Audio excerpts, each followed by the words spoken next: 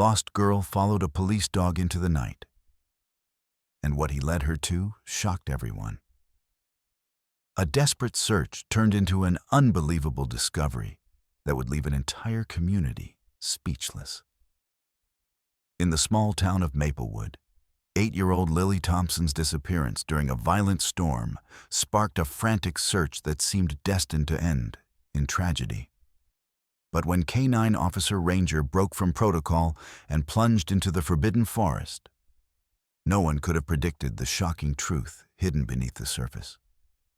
As the clock ticked down and hope faded, what waited in the darkness would forever change the lives of everyone involved. Maplewood's annual spring festival was supposed to be a day of celebration. Families gathered under blue skies, children laughing as they raced between carnival games and food stalls. Among them was 8-year-old Lily Thompson, her blonde pigtails bouncing as she skipped alongside her parents. "Just 10 minutes," her mother had said, watching Lily join her friends at the face painting booth. "We'll meet you right back here." Those 10 minutes would turn into the longest night of their lives. When the storm hit, it came without warning.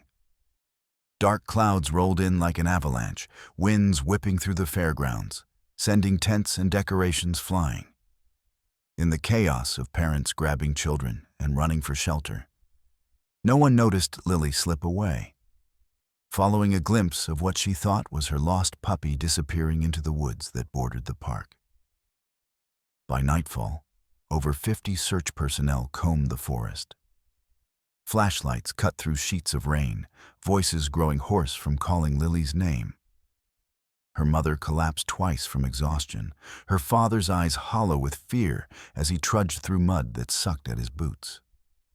"We're bringing in Officer Max Reeves and K-9 Ranger," announced Sheriff Donovan, his weathered face grim in the emergency lights. "Best tracking team in the state."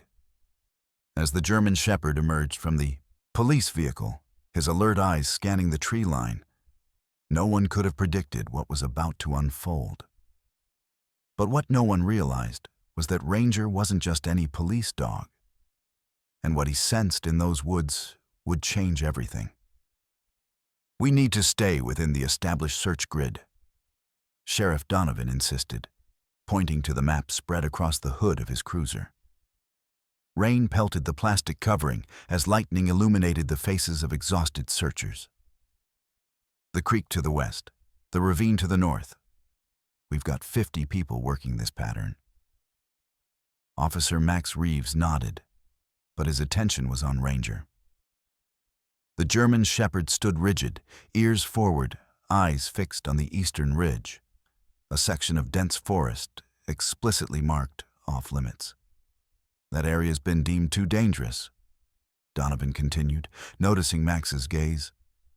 "Old mining territory, unstable ground, department policy is clear." But Ranger whined, pulling at his lead with uncharacteristic insistence. In 7 years, together, Max had never seen his partner behave this way. "He's got something," Max said quietly. "What he's got is the same scent trail we've been following for hours," Donovan replied. "The one that's led nowhere. We're regrouping and heading south." As the search teams dispersed, following orders, Max knelt beside Ranger. "What is it, boy?" he whispered. The dog's eyes never left the forbidden eastern ridge, his body trembling not with cold, but with certainty. Max's radio crackled. "Team 3 reporting in. No sign of the girl in Sector D." The officer's hand moved to his belt, fingers tracing the outline of his badge. 15 years on the force. Commendations for following protocol. A promotion interview scheduled for next week. All of it hanging in the balance as Ranger's whine grew more urgent. "Reeves, report your position," came Donovan's voice through the radio. Max hesitated, then switched off his radio. "This could end both our careers," he told Ranger, unclipping the lead. "But I trust you more than I trust that map." As darkness enveloped the forest, Lily wasn't the only one fighting for survival that night. With each step Max took following Ranger into the restricted area, he was walking away from everything he'd built, and toward something no one was prepared to find. The forbidden eastern ridge loomed like a wall of shadows, trees twisted into grotesque shapes by decades of harsh weather and neglect. Local legend spoke of strange lights dancing between the trunks on moonless nights, unexplained sounds that echoed when no wind blew, and hikers who ventured in but never returned quite the same. Their eyes a little emptier, their stories disjointed and implausible. The no-entry signs posted along its perimeter weren't just bureaucratic caution. They were warnings born from tragedy, each faded red letter representing lessons written in loss and regret. Max's boots sank into mud that hadn't seen human footprints in years, each step releasing the earthy scent of decay and renewal. Ranger moved with purpose, no longer following a scent trail but leading with uncanny certainty, as if pulled by an invisible thread. The rain had intensified, drumming against the canopy overhead like impatient fingers, creating a disorienting symphony that masked all other sounds and reduced visibility to mere feet in any direction. "Lily," Max called, his voice swallowed by the storm before it could travel far. "Lily Thompson." He repeated her name until his throat felt raw, knowing the futility but unable to stop himself. The darkness between the trees seemed to absorb his words rather than carry them. 30 minutes into their unauthorized search, the terrain changed dramatically.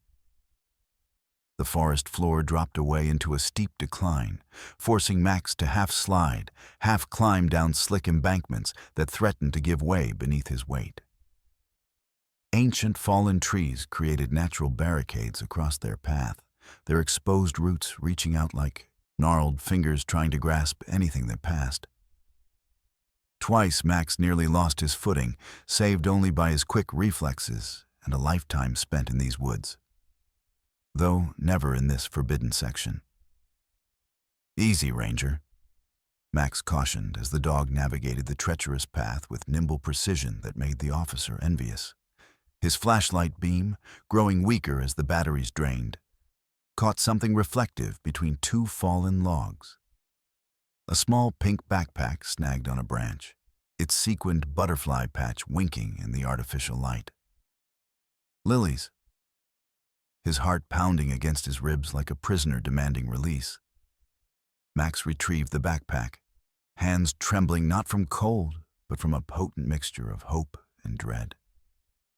Inside, a half-eaten peanut butter sandwich wrapped in a wax paper, a purple plastic water bottle decorated with unicorn stickers, and a small stuffed rabbit with one ear slightly longer than the other.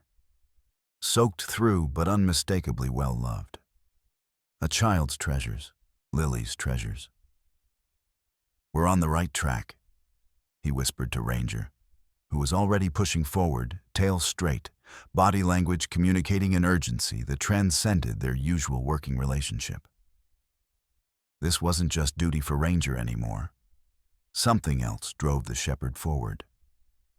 The forest grew denser, the trees closer together, their trunks twisted around each other in unnatural embraces, branches intertwining overhead to block what little moonlight might have penetrated the storm clouds.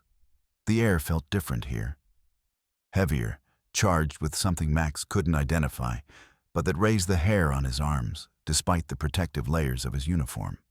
His radio, if he'd left it on, would have lost signal long ago in this electromagnetic dead zone. They were truly alone now, guided only by a dog's instinct and an officer's desperate hope. Max checked his watch. Nearly midnight. Lily had been missing for 7 hours. Exposure alone could be fatal in these conditions, especially for a child. Hypothermia would set in quickly, confusion following close behind. If she'd fallen, if she was injured, pushed the thoughts away. focusing instead on Ranger's confident movements ahead of him. The path narrowed further, forcing them to navigate between rock formations that seemed oddly geometric for natural structures. Max ran his gloved hand along one surface, finding it too smooth, too precise. Not formed by nature, but carved by tools, and long ago, judging by the weathering. Historical records mentioned mining operations in Maplewood's early days, but nothing this far east. Nothing in this forbidden zone. Then, without warning, Ranger stopped. His ears perked forward, body frozen in alert posture, muscles coiled like springs. Before Max could process what was happening, the ground beneath them shifted. Not the subtle movement of mud giving way to pressure, but something more deliberate, more mechanical. A metallic groan echoed through the trees as decades-old hinges protested their disturbance. The sound so out of place in the forest that it seemed to pause even the rainfall for a moment. What had appeared to be solid ground, covered in moss and fallen leaves, was revealing itself as something else entirely. A trapdoor, camouflaged by years of natural debris. "What the?" Max began. But his words cut short as Ranger darted forward, disappearing into a dark opening that hadn't been visible seconds before, swallowed by shadows that seemed too absolute to be natural. Max aimed his flashlight into the void, revealing the first rungs of a ladder descending into darkness. Rusted metal, industrial construction, rivets and welds speaking of mid-century manufacturing. Not a natural formation, but something man-made and long abandoned, or meant to appear that way. "Ranger," he called, his voice echoing down the shaft, bouncing back distorted and strange. A bark responded from below, urgent, demanding, almost angry in its insistence. In 7 years together, Max had learned to read his partner's different vocalizations. This wasn't just excitement or discovery. This was need. With one last look at the storm-ravaged forest around him, Officer Max Reeves made his second career-defining decision of the night.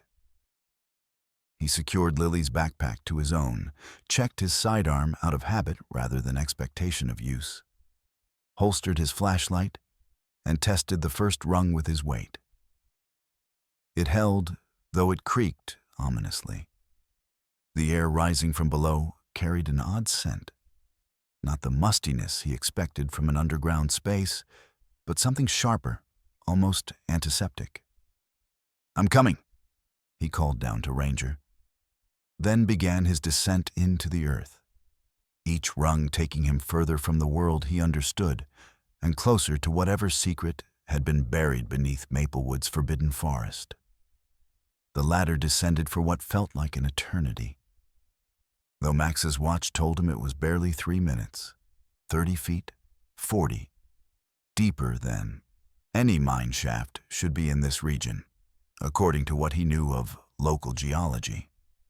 When his feet finally touched solid ground, the surface beneath his boots wasn't dirt or stone, but something that rang slightly hollow. Manufactured flooring. His flashlight revealed a corridor stretching in 2 directions, walls lined with what appeared to be metal panels, many now warped or fallen away to reveal concrete and conduits behind. Ranger stood at attention 20 yards ahead, at a junction where the corridor split, his silhouette rigid with anticipation. "What is this place?" Max whispered, though there was no one to hear but Ranger. The air was surprisingly dry, the temperature noticeably warmer than the stormy forest above. Somewhere in the distance, a rhythmic sound pulsed, mechanical, steady, like the heartbeat of some enormous machine. As Max took his first steps down the corridor, the implications of what they'd discovered began to unfold in his mind. This wasn't some forgotten mine or bootlegger's hideout. The construction was too sophisticated, too extensive. Whatever lay hidden beneath Maplewood's forbidden forest was something far more significant. and potentially far more dangerous. What waited beyond the junction would challenge everything he thought he knew about Maplewood's history, and the true reason some places are marked forbidden. But more importantly, it might hold the answer to the most pressing question of all. Was Lily Thompson somewhere in this underground labyrinth? And if so, was she alone? The corridor stretched before Max like an artery through the earth, its walls bearing the scars of decades of neglect and abandonment. Water damage had caused sections of ceiling panels to collapse, revealing a complex network of pipes and conduits above, some still faintly humming with unexpected power. Faded yellow stripes ran along the floor, occasionally branching toward the doorways marked with symbols rather than words. Triangles, circles, and more complex geometric patterns whose meanings had been lost to time.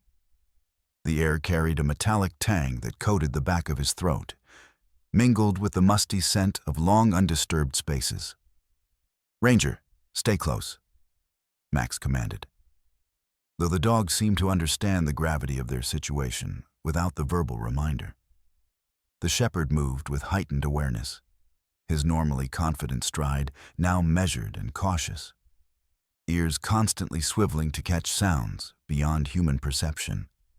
The rhythmic mechanical sound grew louder as they progressed, a steady thump whir that reverberated through the structure, felt as much as heard, like the heartbeat of some slumbering technological beast. Max's flashlight beam caught reflective lettering on a wall plaque, partially obscured by corrosion and what appeared to be deliberate damage, as if someone had once tried to obliterate the information with a blunt object. He wiped away decades of grime with his sleeve, revealing Maplewood, Research Station Omega Clearance Level 4. Required beyond this point, established 1952. Project Evergreen under authority of Defense Department Directive 5240 Bonn. Answer. Research Station, Max muttered, tracing the embossed letters with his fingertips. Nothing in Maplewood's public records mentioned any government installation. The town had always been known for its lumber mill, small farms, and later its quaint appeal to tourists seeking rural charm. Not classified Cold War research, not secret underground facilities. His grandfather had been mayor during the early 1950s. Had he known? Had everyone from that generation carried this secret to their graves? The junction where Ranger waited split into 3 separate corridors, each marked with a different color: blue, red, and green. Above each entrance, small light fixtures, remarkably still intact, cast weak illumination from emergency batteries that had somehow maintained minimal charge all these years. The technology to create such long-lasting power sources didn't exist in the 1950s, at least not publicly. Another mystery in a growing collection. Ranger's attention was fixed on the green corridor, his posture indicating certainty. His nose worked overtime, sampling the air currents that flowed almost imperceptibly through the facility. Max hesitated, scanning the other options. The blue corridor appeared to slope downward into darkness so complete it seemed to swallow his flashlight beam. The red showed signs of structural damage several yards in. Ceiling collapsed, exposed wiring dangling like technological vines. Green it is, Max decided, trusting his partner's instincts. But we're looking for Lily, not exploring. Remember that. The words were as much for himself as for Ranger. The police officer in him wanted to find the missing child. The curious human in him wanted to understand what he'd stumbled upon. Both impulses warred for precedence. They proceeded down the green corridor, passing rooms with shattered observation windows and doors hanging from single hinges. Max glanced inside one. What appeared to be a laboratory, tables bolted to the floor, ancient equipment covered in dust. Glass containers lined metal shelves, their contents long since evaporated, leaving only crystalline residue. Another room contained rows of filing cabinets, their contents spilled across the floor in moldering piles as if someone had hastily searched through them. Max paused long enough to examine one yellowed page. Columns of numbers and code names, meaningless without context. A third room stopped him completely. Unlike the others, this one appeared to be living quarters. A small bed desk and what might have been a personal bathroom. A child's drawing was still taped to the wall, colors faded but unmistakable. A house, a son, and what appeared to be a family, but with one figure colored entirely in green, taller than the others. On the desk sat a teddy bear, remarkably preserved, its glass, eyes reflecting Max's flashlight with an unsettling alertness. "Who lived down here?" he whispered, not expecting an answer. This wasn't just a research station. People had made this place home. Children had been here. The mechanical sound grew louder as they continued, accompanied now by an electrical hum that made the air feel charged, causing the fine hairs on Max's arms to stand despite the layers of his uniform. Static electricity seemed to cling to every surface, producing tiny sparks when his sleeve brushed against the wall. Ranger stopped abruptly, hackles raised, a low growl building in his throat. A warning sound Max had heard only twice before in their partnership, both times preceding violent confrontations. "What is it, boy?" Max whispered, instinctively lowering his flashlight beam. In the dim glow of the emergency lights, he saw what had alarmed Ranger. Fresh footprints in the dust. Not Lily's small sneakers, but adult-sized boots, and not decades old. Recent, hours old, perhaps. The tread pattern was distinctive. Hiking boots with a custom lug pattern. Max had seen similar prints before, though he couldn't immediately place where. Someone else was down here. Someone who knew about this place, or had discovered it recently. The footprints led deeper into the facility, following the same path they were taking. Occasionally, they were joined by smaller impressions, child-sized shoes moving alongside the adult prints, not being dragged, walking willingly. Before Max could process this discovery, a child's voice echoed from somewhere ahead, not crying or calling for help, but singing. A nursery rhyme, the melody distorted by the corridor's acoustics, and something else. Something in the delivery that raised goosebumps on Max's neck. Round and round the garden, like a teddy bear. One step, two step, tickle under there. Lily's voice. Max would have recognized it from the recordings her parents had provided to the search teams. The slight lisp on certain consonants. The musical quality that her mother had said came from her choir practice. But something about the cadence was wrong. Too measured, too calm for a child lost in this nightmare labyrinth. And the nursery rhyme itself, innocent in a kindergarten classroom, took on an unsettling quality in this underground maze. "Lily!" Max called out, his voice bouncing off the metal walls. "Lily Thompson, it's Officer Reeves. I'm here to take you home." The singing stopped abruptly. Silence rushed in like floodwater, broken only by the persistent thump-whir of the unseen machinery and the subtle sound of Ranger's growl. Now a continuous vibration, rather than an audible warning. "He's coming to find us." Lily's voice came again, but this time she wasn't singing. She was speaking to someone else. "Just like you said he would."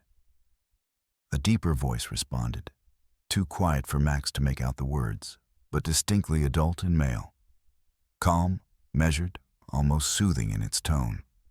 Ranger's growl deepened, his focus shifting from the footprints to a doorway 20 yards ahead.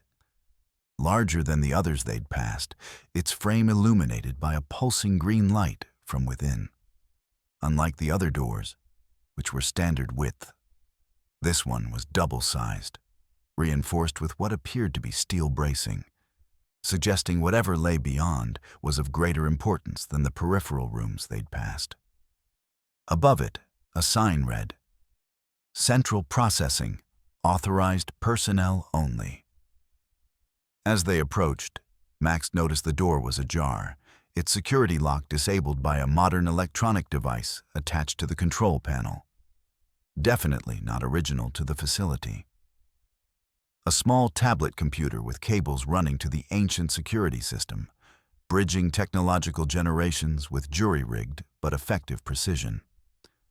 Someone with technical knowledge had breached this room recently.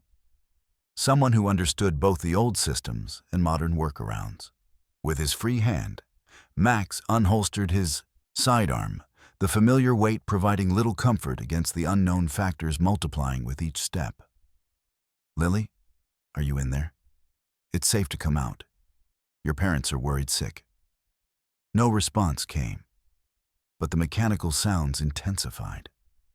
The green light pulsed faster, in rhythm with the thump whir that now seemed to be coming from directly beyond the door. The air temperature had risen noticeably, and a subtle vibration transferred through the floor into Max's boots. Max positioned himself to one side of the doorway, using tactical training that felt inadequate for whatever waited inside. This wasn't a domestic disturbance or traffic stop, situations covered extensively at the academy.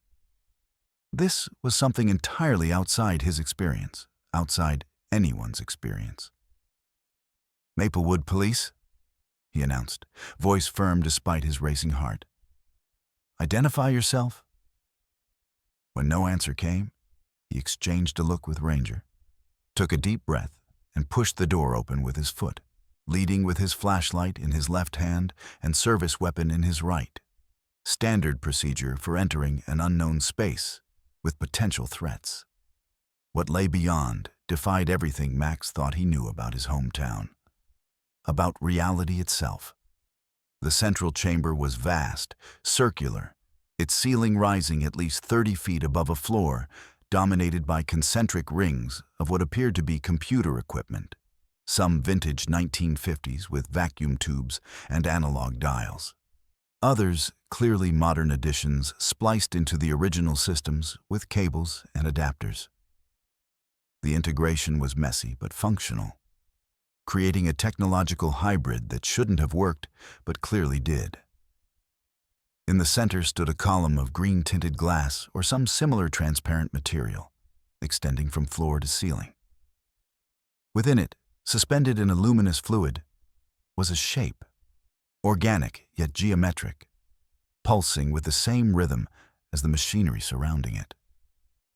Not quite plant, not quite crystal, not quite machine, but somehow incorporating elements of all three. It resembled a lattice structure composed of translucent green material that shifted and reconfigured itself even as Max watched, its movements deliberate and seemingly purposeful. Surrounding the column were workstations arranged in a radial pattern, like spokes from a hub. Most were covered in dust, but one had been recently cleared and activated, its screens displaying scrolling data and what appeared to be biological readings, heart rate, brain activity, and other metrics Max didn't recognize.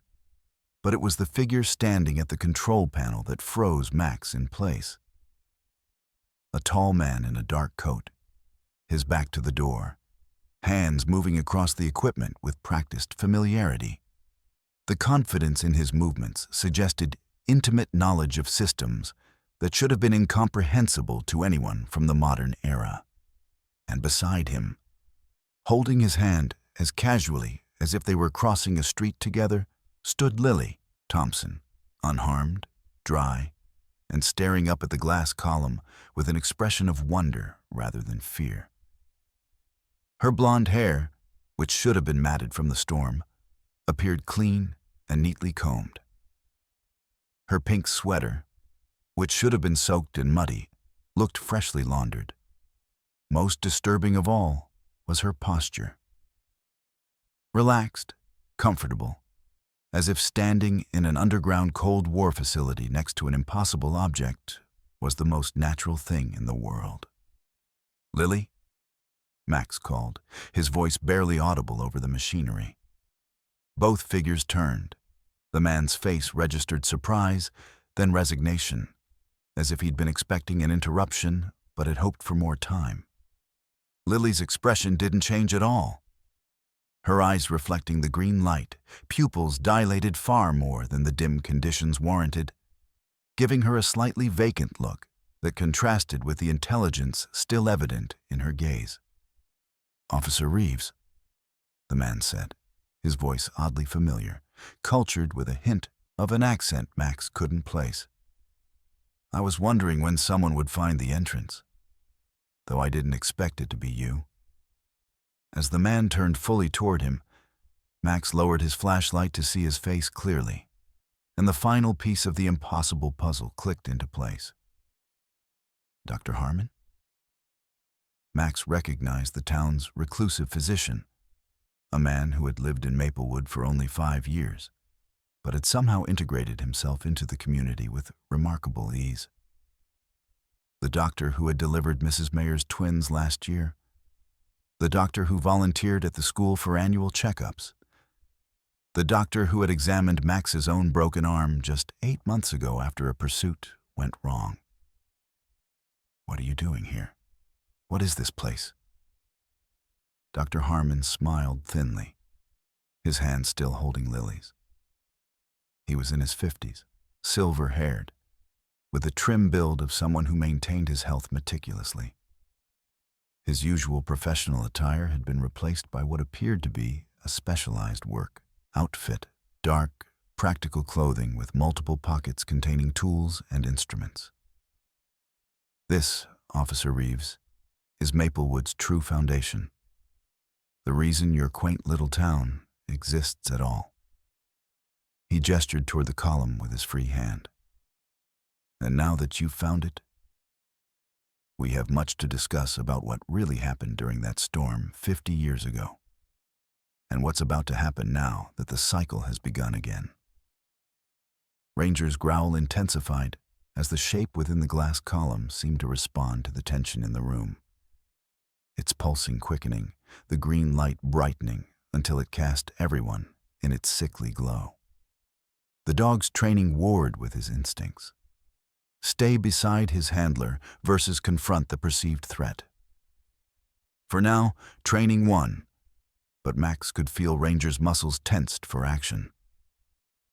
"Let go of the girl," Max demanded, raising his weapon. "Now." His police training took over, pushing the existential questions aside in favor of immediate safety concerns.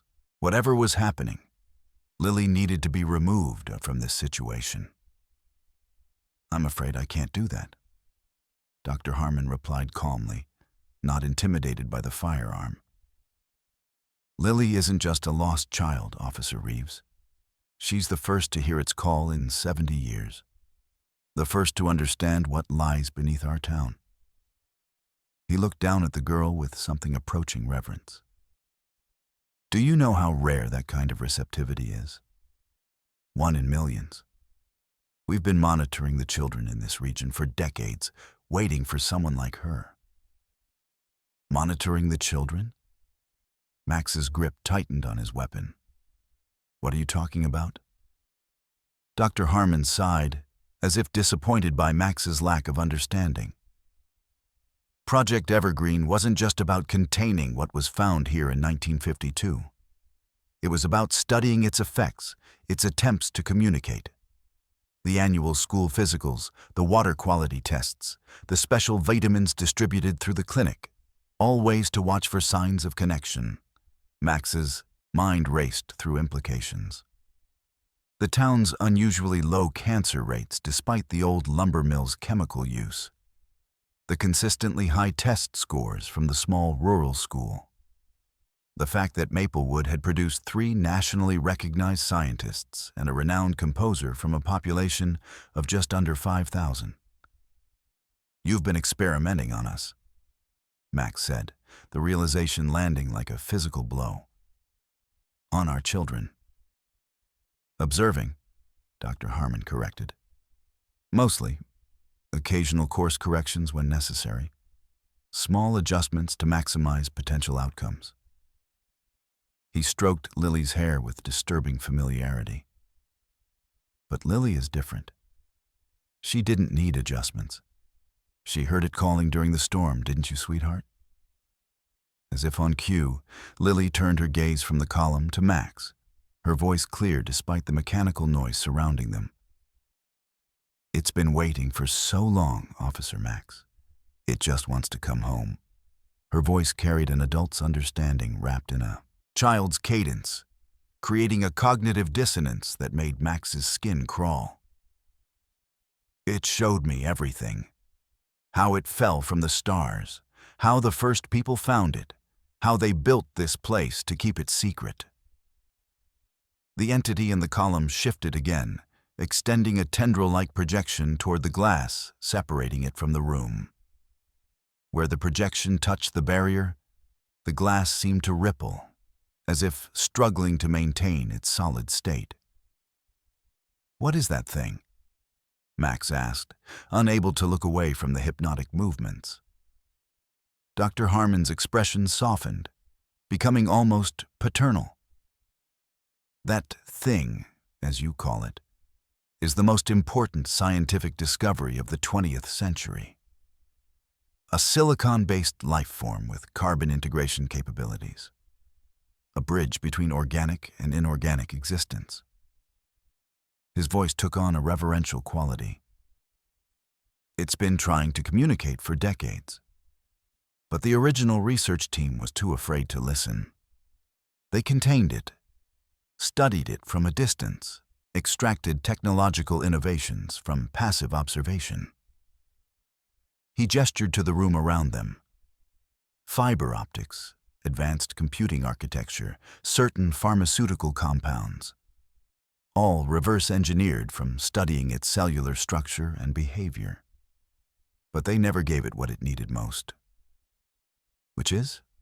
Max asked, though part of him didn't want to know the answer. Dr. Harmon looked down at Lily, his expression unreadable. A compatible host. The implications hit Max like a physical blow. "You can't be serious. She's a child." "She's a bridge," Dr. Harmon countered. "The first truly compatible mind we've found. Do you have any idea how significant that is? The evolutionary leap this represents?" In the glass column, the entity pulsed more rapidly, its green glow intensifying until shadows were banished from the chamber.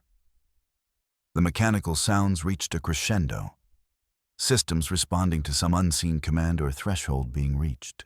Ranger barked sharply, no longer a warning, but a prelude to action. Max had seconds to make a decision that would affect not just Lily's fate, but potentially much more. "This ends now," Max declared, adjusting his aim toward the control panel rather than Dr. Harmon. "Step away from the controls and release the girl." Dr. Harmon's expression hardened. "You have no idea what you're interfering with, officer. Decades of work, the next stage of human evolution." "I don't care about your work," Max replied. "I care about a 7-year-old girl who's going home to her parents tonight." As tension filled the chamber, the entity in the column reacted visibly, its structure becoming more agitated, tendrils pressing against the glass with increasing force. A hairline crack appeared where the pressure was greatest, a small imperfection spreading like a spider's web across the surface. Dr. Harmon noticed it too, his eyes widening. "It's never done that before," he whispered, scientific curiosity momentarily overriding his confrontational stance. "It's responding to emotional stimuli in the room." "Officer Max," Lily said suddenly, her voice changing, deepening slightly, taking on harmonics that no human child's vocal cords should produce.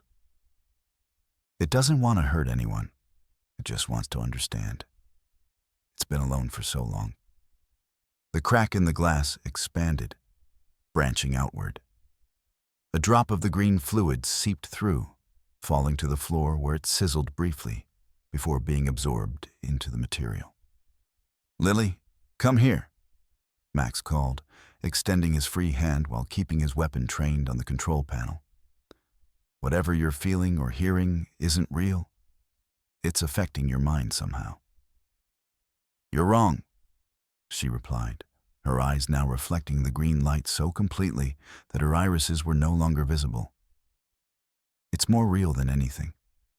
It shows me everything. The past. The possible futures." She tilted her head, studying Max with unnerving intensity. "It shows me you too, Officer Max. How you lost your sister in the lake when you were 12. How you became a police officer to save others because you couldn't save her." Max felt the blood drain from his face. No one in Maplewood knew that story. He'd moved to town as an adult, leaving his tragic past behind in another state. Dr. Harmon looked between them with renewed interest. "Fascinating. The connection is strengthening even without direct contact." He turned back to the control panel, fingers flying across the keyboard. "I need to document this. The empathic field is expanding beyond previous parameters." The crack in the glass widened further, the sound of stressed material filling the chamber. Whatever containment system had held the entity for decades was failing. Whether due to age or the entity's increased activity was unclear. Max made his decision. "Ranger, take her," he commanded, using the attack command they'd trained with for years. The German Shepherd launched forward with explosive power, not toward Dr. Harmon, but toward Lily, trained to grasp her clothing firmly but gently and pull her away from danger. At the same moment, Max fired 2 precise shots into the control panel, sparks flying as bullets tore through sensitive electronics. The room plunged into darkness for 3 heartbeats before emergency systems engaged, bathing everything in pulsing red light. Warning klaxons sounded from hidden speakers, and a computerized voice announced, "Containment breach imminent. Emergency protocols activated. All personnel evacuate immediately." In the chaos, Max heard Lily scream, not in pain, but in what sounded like loss. Ranger had succeeded in pulling her several feet from Dr. Harmon, who was frantically trying to bypass the damaged controls. "No," the doctor shouted. "Do you have any idea what you've done? The fail-safe systems will initiate complete sterilization of this facility." As if confirming his words, the computerized voice continued. "T-10 minutes to purge sequence. All biological material will be neutralized. This is not a drill." The glass column cracked further, fluid now streaming onto the floor in earnest.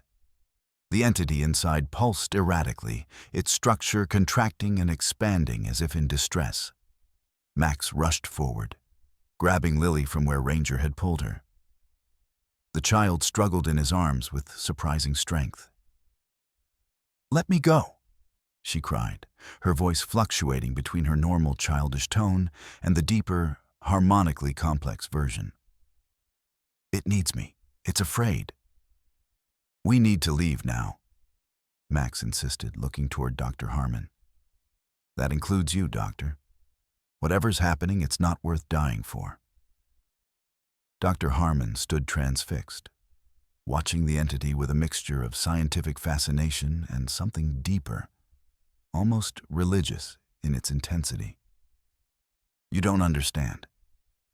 This is my life's work. 3 generations of research." The column shattered with a sound like a thunderclap, glass fragments flying outward as the green fluid cascaded across the floor. The entity, now uncontained, hovered in midair, its structure more defined outside its prison. A complex geometric form composed of crystalline segments that moved independently yet remained connected. like a three-dimensional puzzle solving and resolving itself continuously. It emitted its own light now, pulsing in patterns that seemed almost like language. The temperature in the room spiked dramatically, the air becoming difficult to breathe. T-minus 8 minutes to purge sequence, the computerized voice reminded them. "We need to go," Max repeated, more urgently, backing toward the door with Lily still struggling in his arms. Ranger positioned himself between them and the floating entity, hackles raised, a continuous growl emanating from deep in his chest. Dr. Harmon finally tore his gaze away from the entity, looking at Lily with desperate intensity. "Tell it, Lily. Tell it what we discussed, about the new home we prepared." The entity drifted closer to them, tendrils of light extending outward, reaching. The air where they passed shimmered like heat waves over summer asphalt. "Please," Max said to Lily, no longer as a police officer, but simply as one human being to another. "Your parents are waiting. They love you." Something in his words seemed to reach her. Lily's struggles weakened, and her eyes, though still reflecting the green light, focused on Max's face with greater clarity. "Mom and Dad," she whispered, sounding more like herself. "They've been searching all night," Max confirmed. "The whole town has." The entity reacted to the change in Lily, its movements becoming more agitated. One tendril stretched toward her, moving faster than the others. "No!" Dr. Harmon shouted, lunging forward to intercept it. "Not yet. Not until we're ready." The tendril touched the doctor's outstretched hand. For a moment, nothing seemed to happen. Then Dr. Harmon gasped, his body going rigid.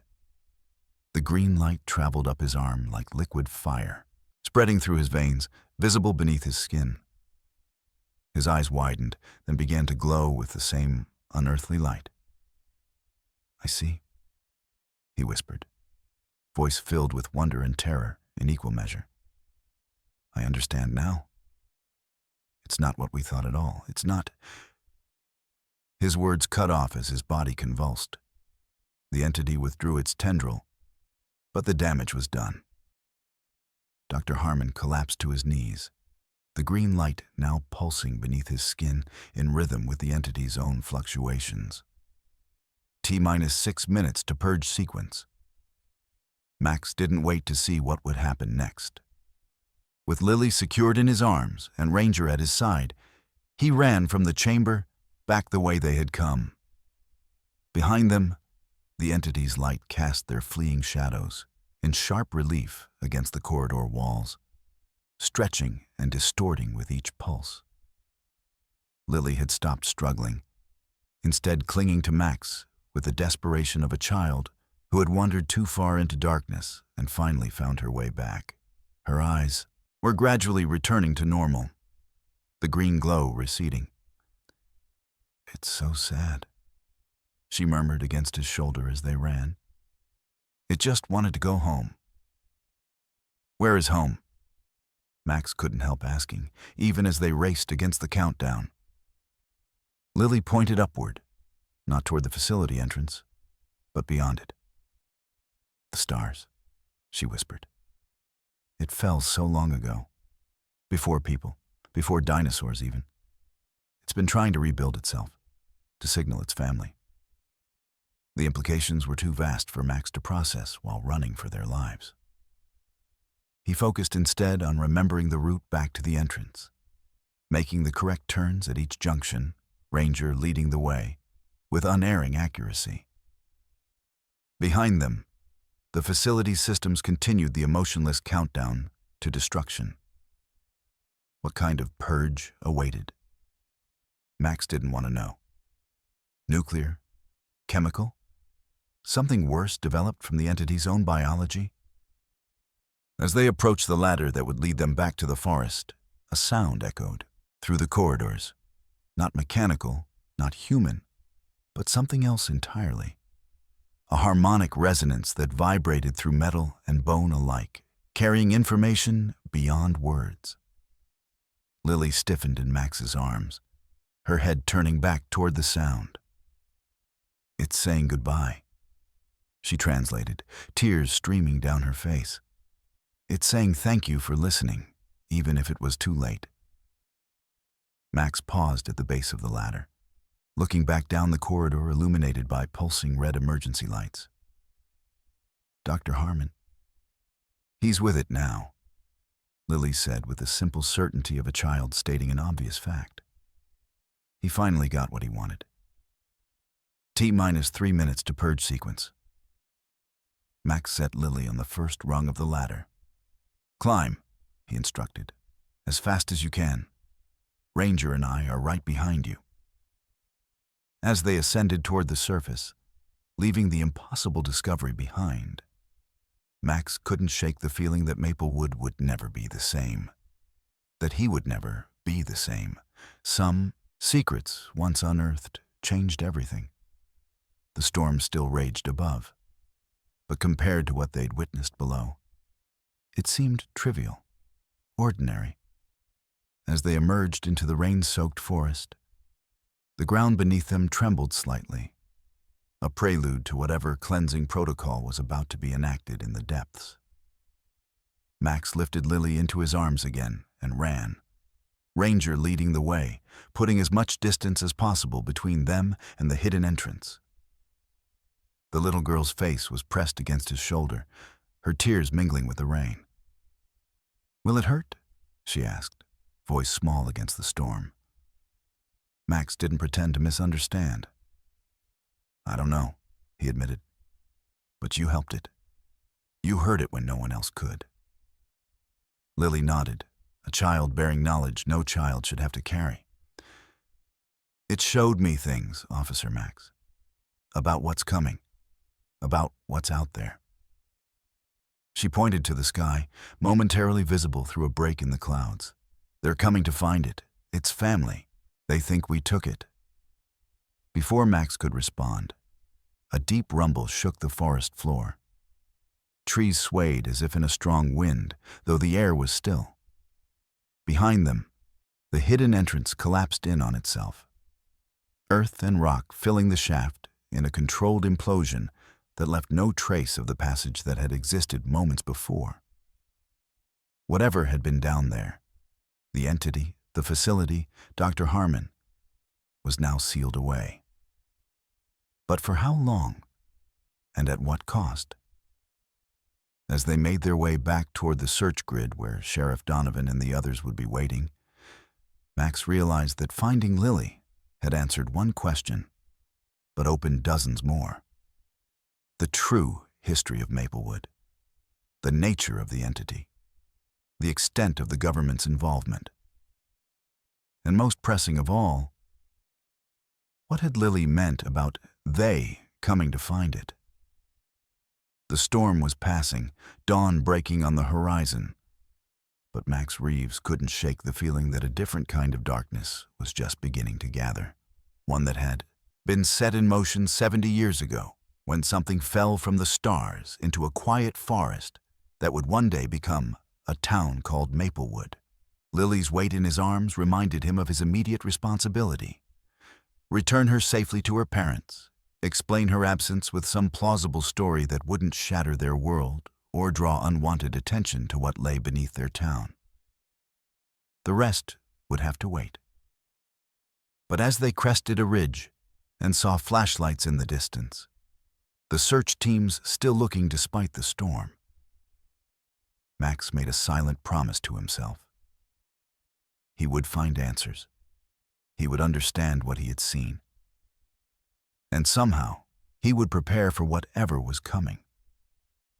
Because Lily Thompson wasn't just a lost child found. She was the first warning of something much bigger approaching. Something that had been set in motion decades ago and was only now reaching its culmination. And Officer Max Reeves, with mud on his boots and a rescued child in his arms, was the only one who knew.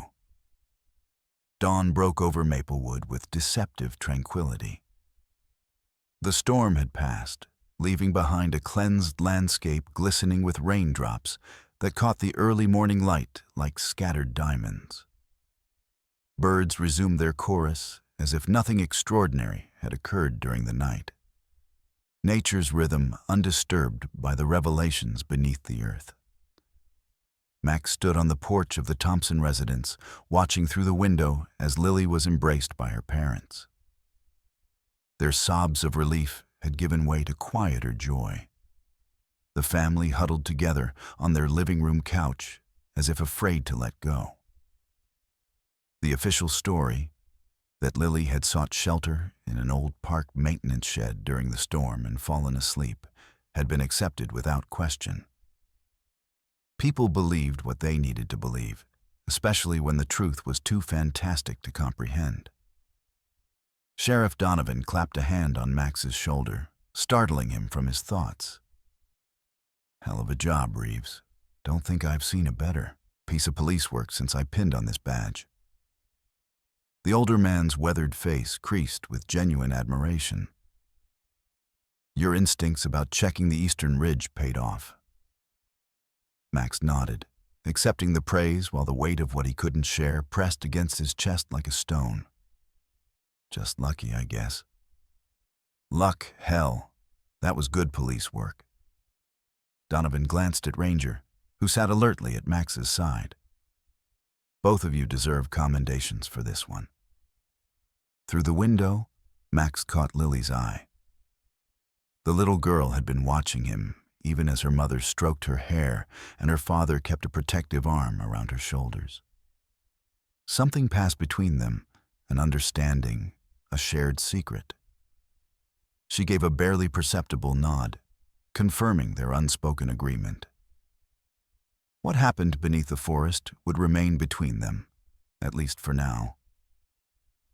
"I should write up my report," Max said, turning away from the window. "And Ranger needs rest and food." Donovan nodded. "Take the day off. Tomorrow.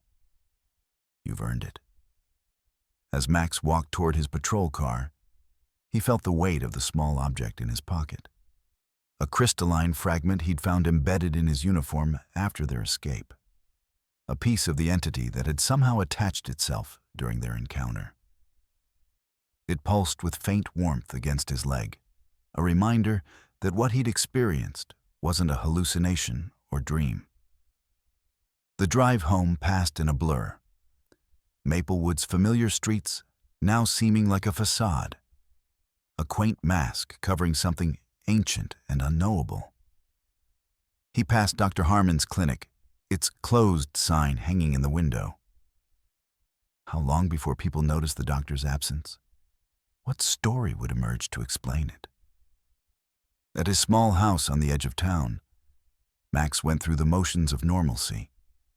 Feeding Ranger, showering away the mud and sweat, changing into clean clothes. But when he sat down at his kitchen table with a cup of coffee, the events of the night crashed over him with renewed intensity. Project Evergreen, the underground facility, the entity from the stars, Dr. Harmon's transformation, Lily's cryptic warning about they coming to find what had been taken. Each piece of the puzzle more disturbing than the last. Max removed the crystal fragment from his pocket, placing it on the table. In daylight, it appeared almost ordinary, a green-tinged shard that might be mistaken for unusual quartz. But as he watched, it seemed to respond to his attention, its internal structure shifting subtly, catching the light in ways that defied conventional optics. His phone buzzed with a text message. "Unknown number. We need to talk about what you found. Not safe on phone. Meet at Caldwell Bridge, noon. Come alone." Max stared at the message, adrenaline spiking again after hours of exhaustion. Who else knew? How had they gotten his personal number? The crystal pulsed once, brightly, as if responding to his elevated heart rate. Max wrapped it in a handkerchief and placed it in a metal container, sealing it away from whatever sensory mechanism allowed it to react to his presence. as he prepared to meet his mysterious contact, loading his off-duty weapon and leaving Ranger with instructions to guard the house. Max couldn't shake the feeling that finding Lily Thompson hadn't been the end of something, but rather the beginning. The beginning of a story that had started 70 years ago with something falling from the stars into a quiet forest. A story that was now, for reasons he didn't yet understand, accelerating toward some inevitable conclusion. And somehow, Officer Max Reeves found himself at its center, a reluctant guardian of secrets that stretched far beyond the boundaries of Maplewood, perhaps beyond Earth itself. The clock on his wall ticked toward noon, toward answers, or perhaps more questions, toward whatever came next in a reality that had expanded overnight to include impossible truths. Max checked his weapon one last time, glanced at the container, holding the crystal fragment, and stepped outside into the deceptive normalcy of a beautiful morning in Maplewood. The truth was waiting, and so, it seemed, was something else. Caldwell Bridge spanned the narrowest section of Maplewood Creek, its weathered wooden planks dating back to the town's founding. Local legend claimed it was the first structure built when settlers arrived. Though Max now wondered how much of Maplewood's accepted history was fabrication. A comfortable narrative constructed to conceal uncomfortable truths. The bridge stood isolated at the edge of town property, surrounded by dense trees that provided natural privacy, an ideal meeting place for someone concerned about being observed or overheard.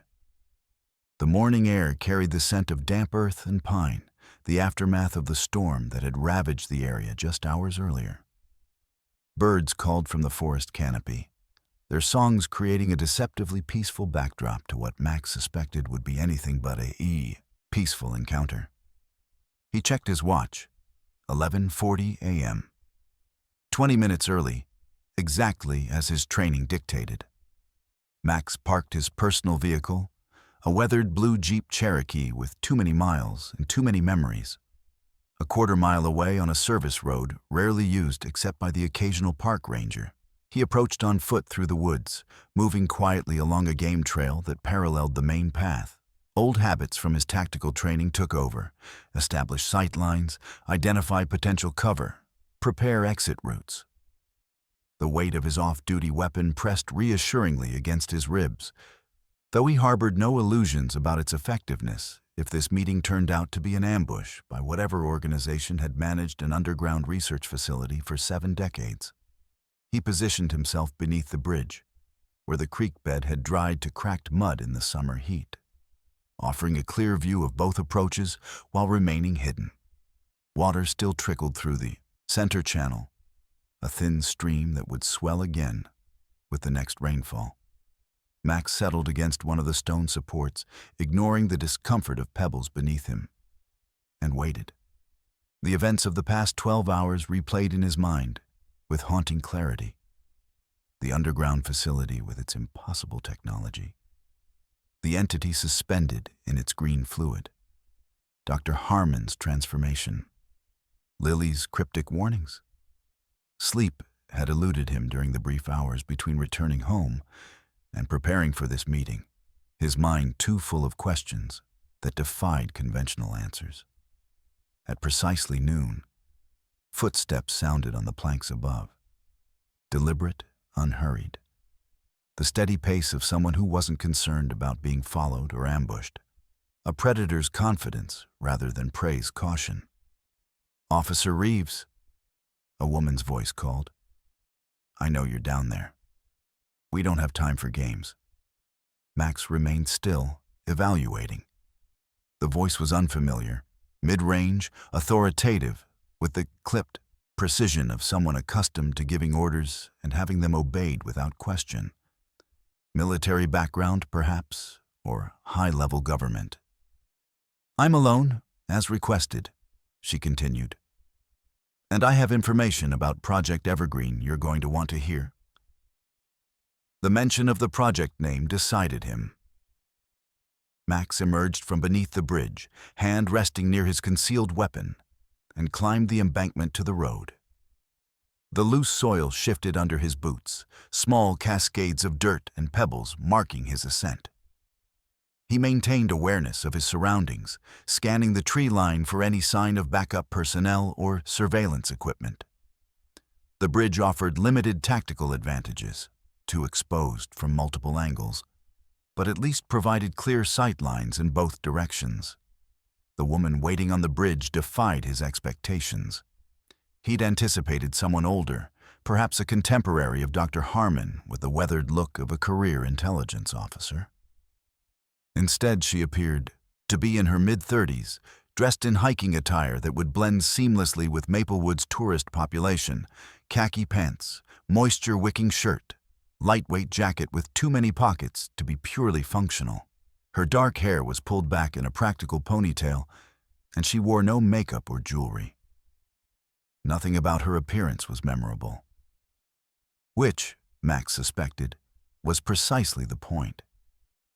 She could walk through town an hour later, and no one would connect her to the woman on this bridge.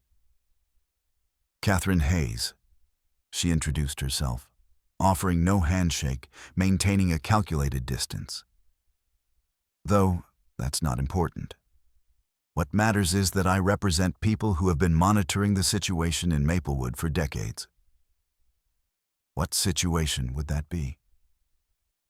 Max kept his expression neutral, revealing nothing, though the crystal fragment in his pocket seemed to warm slightly, as if responding to the woman's presence, or perhaps to his own elevated heart rate.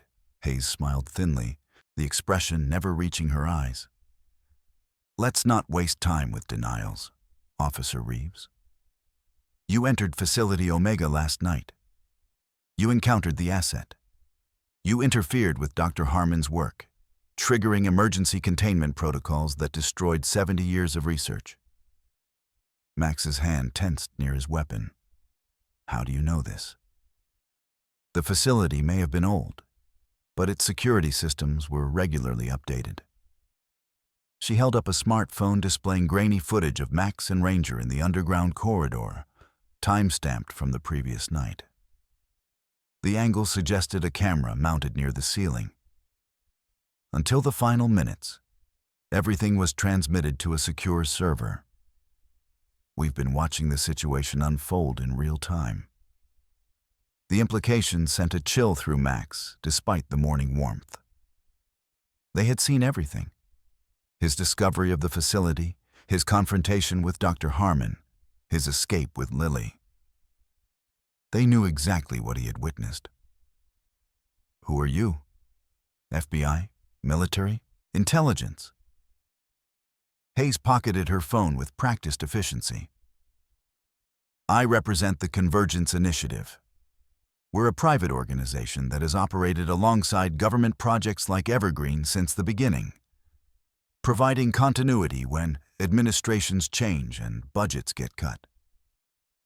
She gazed out over the creek, her profile sharp against the backdrop of green forest.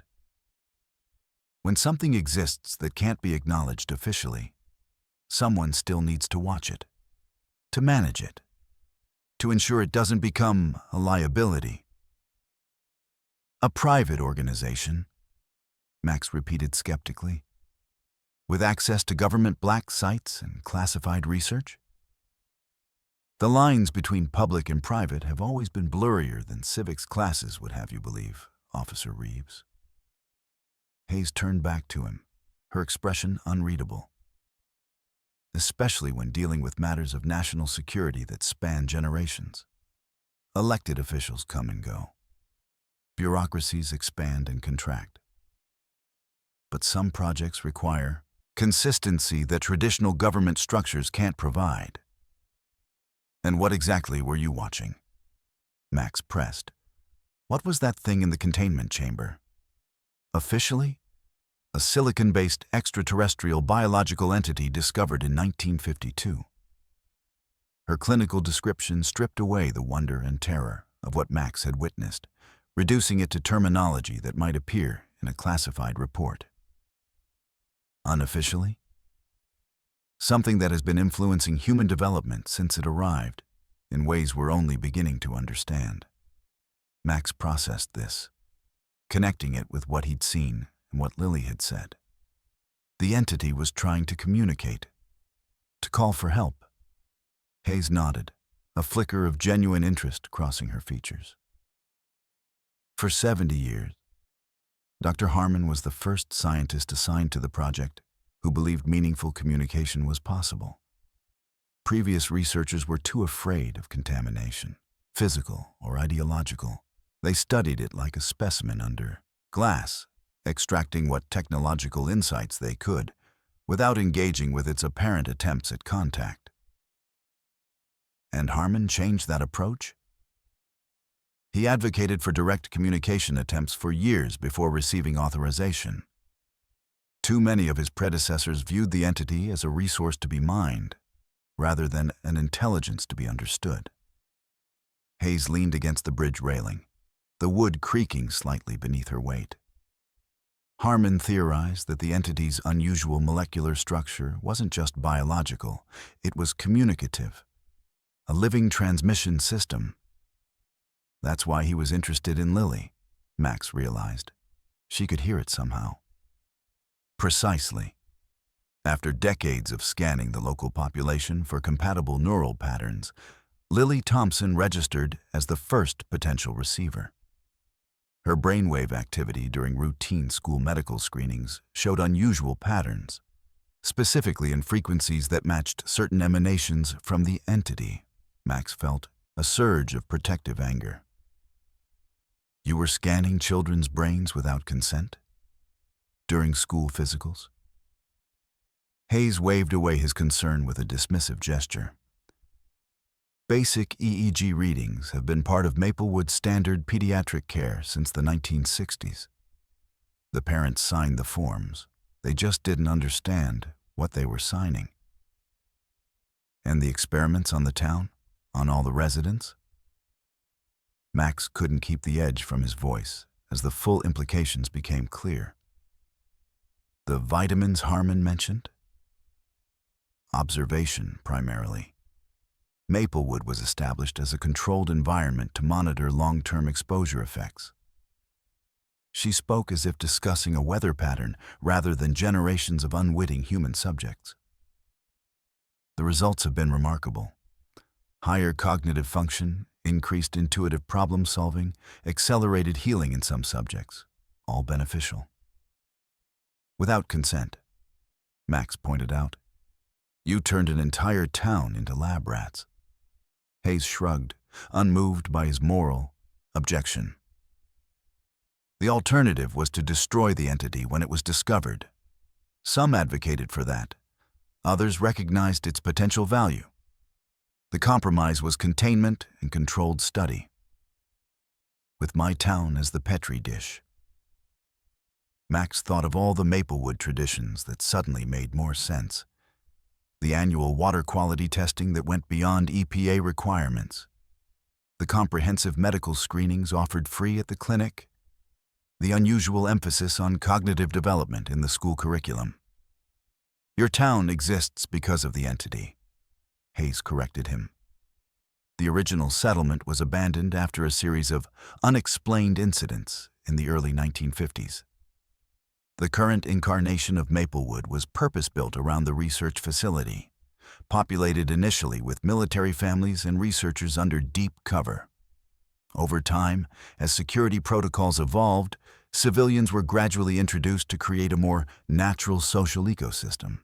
The revelation struck Max like a physical blow. You're saying Maplewood is entirely artificial? A government construct? I'm saying Maplewood, as you know, it was designed with specific parameters in mind. The original town existed, but was essentially hollowed out and repurposed. Hayes studied his reaction with clinical interest. The lumber mill's decline, the shift toward tourism, the types of businesses allowed to develop, all managed variables in a controlled experiment spanning decades. Max thought of his neighbors, his friends, the families he'd sworn to protect as a police officer. Had any of them known? Were some of them plants, observers placed among the unwitting test subjects. The possibility made him question every relationship, every interaction since he'd moved to town 5 years ago. "And now?" he asked, forcing himself to focus on the immediate situation rather than the existential crisis her revelations had triggered. Her expression darkened. "Now we have a problem. The containment protocols didn't just seal the facility. They triggered a signal, a distress beacon of sorts, embedded in the entity's molecular structure. We've detected unusual patterns in deep space monitoring systems since early this morning." The pieces clicked into place. Lily said they were coming. The entity's family? "We don't know exactly what's responding to the signal," Hayes admitted, a rare acknowledgement of uncertainty that seemed to trouble her. "But something is. Multiple somethings, potentially. And they're accelerating toward Earth." Max felt the weight of the crystal fragment in his pocket, which he'd brought despite his better judgment. It seemed warmer now, vibrating subtly against his leg. "How long?" "At current velocities, 3 days. Maybe 4. Her clinical detachment finally cracked, revealing genuine concern. "We have no way to know their intentions, but considering their response to a distress signal, they might not be friendly," Max finished. "Especially if they somehow know their, whatever it was, has been held captive for decades." "Precisely. Which is why we need your help, Officer Reeves." She fixed him with an intense stare. "More specifically, we need Lily Thompson." Max stepped back, instinctively protective. "Absolutely not. She's a child who's been through enough. She's the only human who has successfully communicated with the entity," Hayes countered. "The only one who might be able to explain to whatever's coming that we weren't holding their relative prisoner, that we aren't hostile." "You were holding it prisoner," Max pointed out, "for 70 years. A distinction that may be lost on beings capable of interstellar travel," Hayes said dryly. "We need Lily's connection, her ability to translate, to mediate." "She's 7 years old," Max protested. "Not a diplomat or translator. What you're suggesting is necessary," Hayes interrupted. "And time-sensitive. Our analysts are still processing the data, but preliminary models suggest whatever is approaching has technology far beyond our current capabilities. If they arrive with hostile intent..." She left the sentence unfinished, but the implication was clear. Max stared at her, searching for signs of deception or manipulation. He found none, only the grim determination of someone facing a threat they weren't equipped to handle. "What exactly would you need her to do?" he asked, not committing but needing to understand the full scope of what was being proposed. Hayes seemed to recognize the opening. "We've established a temporary research facility at the old Northfield military base, 30 miles west of here. We need Lily there, working with our remaining specialists to establish communication protocols before our visitors arrive." "Remaining specialists? What happened to Harmon's research team?" "Most were off-site when the incident occurred. Harmon had increasingly insisted on working alone with the entity." Her expression suggested this deviation from protocol still rankled. "But we have linguists, xenobiologists, and communication experts assembled. What we lack is someone with Lily's demonstrated ability to receive and interpret the entity's transmissions." Max shook his head. "Find another way." "There is no other way."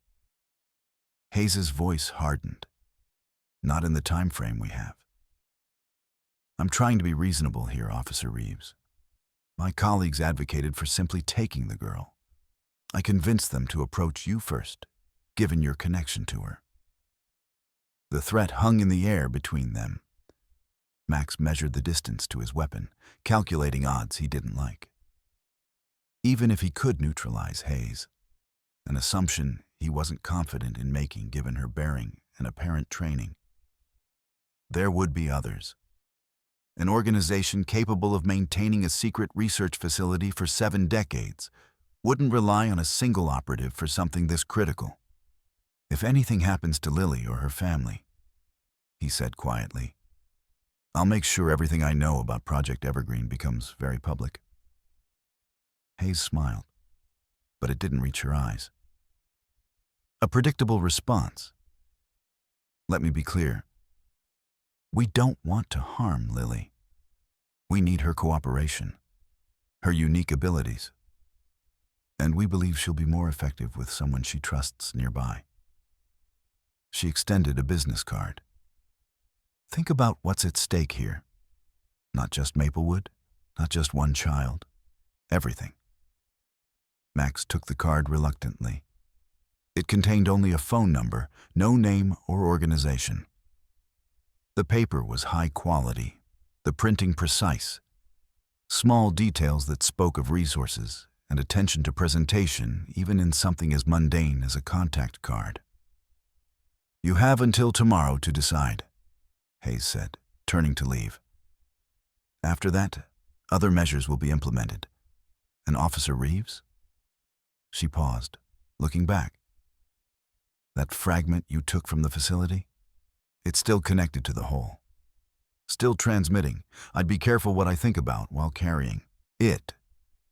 The revelation sent a jolt through Max. He'd assumed the piece was inert, a souvenir or potential evidence. The idea that it maintained some connection to the entity, that it might be monitoring his thoughts. How do you know I have it? He asked, though the question answered itself as soon as he voiced it. The fragment was transmitting. They were receiving. We know a great deal more than you might expect, Hayes replied enigmatically, including the fact that you haven't told Sheriff Donovan or anyone else what really happened last night.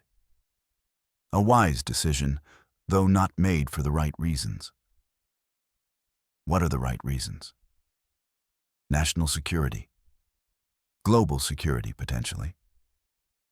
She straightened her jacket, a gesture that momentarily revealed the outline of what might have been a concealed weapon. Some truths aren't meant for public consumption, Officer Reeves. Not because people don't deserve to know, but because knowing doesn't help them. It only creates panic and paralysis. She walked away with measured strides, leaving Max standing on the bridge with the weight of impossible choices. The card seemed to burn in his hand, the number on it a doorway to involvement in something far beyond his training as a small-town police officer. But he was already involved, had been since the moment he'd followed Ranger into the forest during the storm, since he'd found Lily, since he'd glimpsed the truth beneath Maplewood's ordinary surface. Max watched until Hayes disappeared around a bend in the path, then waited several more minutes to ensure she wasn't doubling back. Only when he was reasonably confident she had truly departed did he allow himself to consider his options. He could run, pack essential belongings, and leave Maplewood behind. But that would mean abandoning Lily to whatever fate the Convergence Initiative had planned for her. It would mean leaving his friends and neighbors ignorant of the danger potentially approaching from the stars. He could report everything to Sheriff Donovan. But what would that accomplish? Best case scenario, he'd be placed on administrative leave pending a psychological evaluation. Worst case, the Convergence Initiative would intervene before his story gained any traction. He could contact federal authorities, but who? And how could he be certain they weren't already aware of Project Evergreen? Hayes had implied the project had government origins, even if it had evolved into something quasi-private over the decades. The crystal fragment pulsed in his pocket, warm against his leg. Responding to his thoughts? To his proximity to Hayes? Or to something else entirely, something approaching from the depths of space, drawn by a signal 7 decades in the making? Max removed the fragment, holding it up to the sunlight filtering through the trees. Its internal structure seemed more complex than he'd initially realized. Not a solid piece, but a lattice of interconnected elements that caught the light in ways that defied conventional optics. As he studied it, the pattern inside shifted slightly, reorganizing itself like a living kaleidoscope. "What are you?" he murmured. "What do you want?" The fragment didn't respond, not verbally, not with any clear sign. But for a moment, Max felt a sensation he couldn't quite define. A pressure behind his eyes, a buzzing at the base of his skull. Images flashed through his mind too quickly to process, leaving only impressions, vast distances, points of light, movement through darkness. He quickly rewrapped the fragment in the handkerchief and secured it in his pocket. Hayes's warning about being careful what he thought while carrying it suddenly seemed less like paranoia and more like practical advice. A new thought occurred to him, one that should have been obvious from the beginning. If the fragment maintained some connection to the entity, and if Lily had demonstrated an ability to communicate with the entity, Max looked up at the clear blue sky, wondering what was already on its way. Wondering what Lily could see that others couldn't. Wondering what choice he would make when tomorrow came. The bridge creaked beneath his feet as he started back toward town, toward a decision that felt like it had already been made for him, by circumstance, by discovery, by the weight of responsibility he couldn't bring himself to set down. But first, he needed to speak with Lily. Not through the filter of her relieved parents or the watchful eyes of the Convergence Initiative, but directly. Child or not, she was at the center of this unfolding situation. She deserved to understand what was happening, and he needed to understand what she had experienced during her time with the entity. As he reached the end of the bridge, Max paused, a prickling sensation at the back of his neck drawing his attention. He turned, scanning the structure he'd just crossed, half expecting to see Hayes or some other observer. The bridge stood empty, innocent in the midday sun. But as he watched, a small movement caught his eye, a flicker of green emerging from between weathered planks. Max stepped closer, crouching to examine the phenomenon. A slender tendril, no thicker than a blade of grass, but unmistakably the same luminous green as the entity from the facility, extended from a crack in the wood. It wavered slightly, as if testing the air, before slowly stretching in his direction. Max froze, torn between scientific curiosity and instinctive caution. The tendril extended further, reaching toward him with deliberate purpose rather than random growth.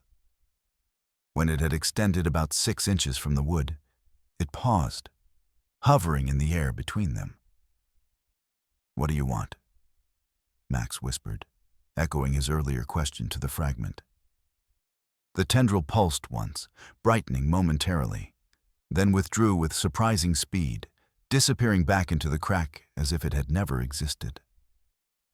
Max remained crouched, staring at the spot where it had been, wondering if he'd imagined the entire interaction.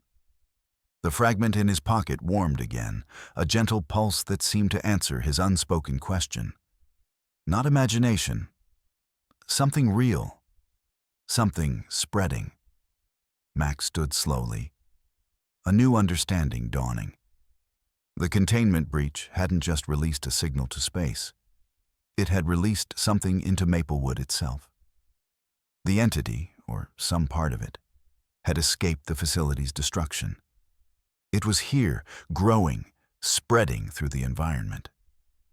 And if his suspicions were correct, it was trying to communicate not just through Lily, but through any means available to it. Behind him, unseen, a small green tendril emerged from a crack in the bridge's weathered wood. reaching briefly toward his departing figure before withdrawing back into the grain. Maplewood had secrets buried deeper than anyone knew, and they were beginning to grow. As Max hiked back to his vehicle, his mind raced with implications and possibilities. The Convergence initiative clearly didn't know everything they thought they did. The entity wasn't contained or destroyed. It was evolving, adapting, finding new ways to exist in an environment vastly different from wherever it had originated. That information was leverage. Dangerous leverage, but potentially useful if things went wrong with Hayes and her organization. But it also represented an unknown variable in an already complex equation. Was the entity's escape a positive development or another threat? Was it working toward the same goals as its approaching relatives? Or did it have its own agenda after decades of captivity?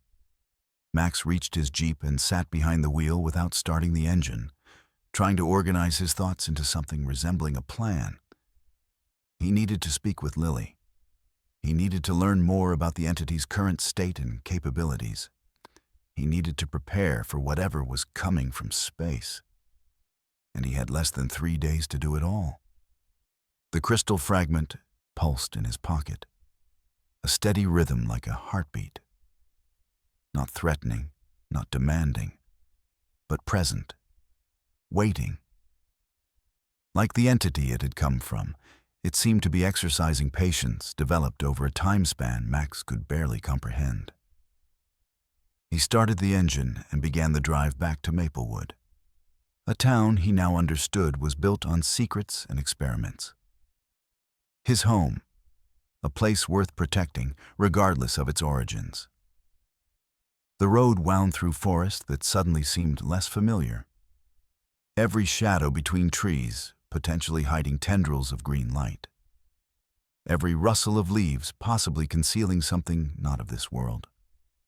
Max drove carefully, hyper-aware of his surroundings in a way he hadn't been since active-duty military service years ago.